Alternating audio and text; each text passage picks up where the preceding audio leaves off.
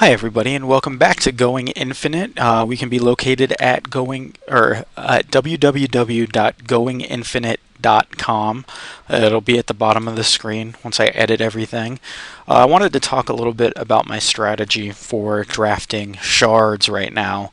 I've been doing it with bots. It's not live on Magic the Gathering Online.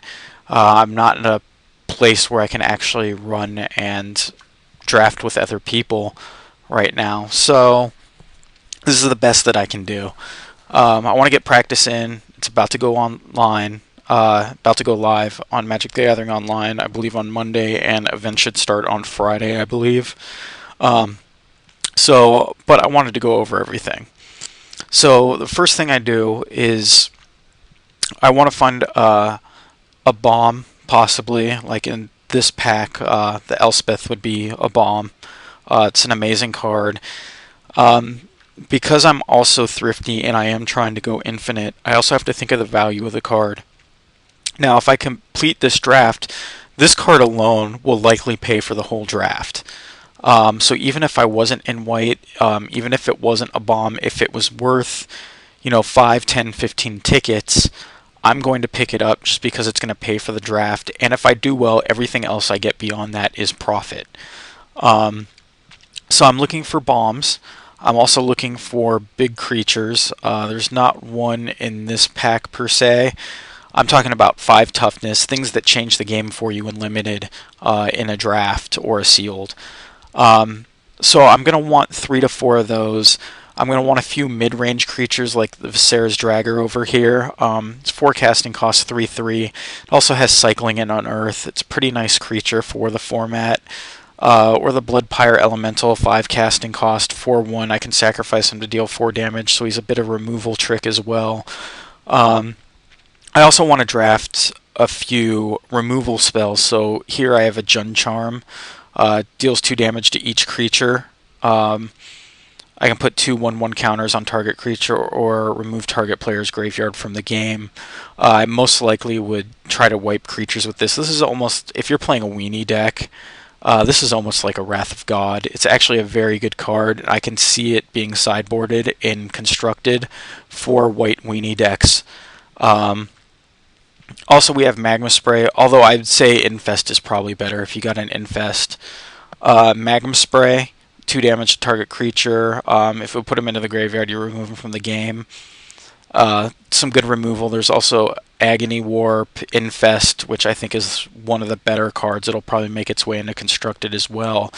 I'm also looking for smaller creatures. So like right here, we have the Squire. It's a 1 casting cost 1/1 with Exalted. He boosts other creatures if they attack alone. Dragon Fodder, 2 casting cost sorcery, puts 2 1/1 goblin tokens. Necrogenesis can remove creature cards from the graveyard and put tokens into play. Looking for stuff like that.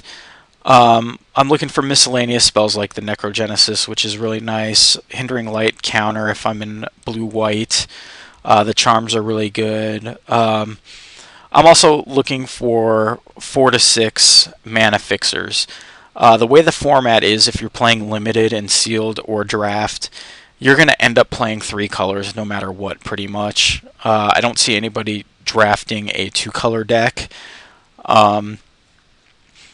So you need mana fixing. A lot of times you'll end up in 4 to 5 colors as well if you're splashing.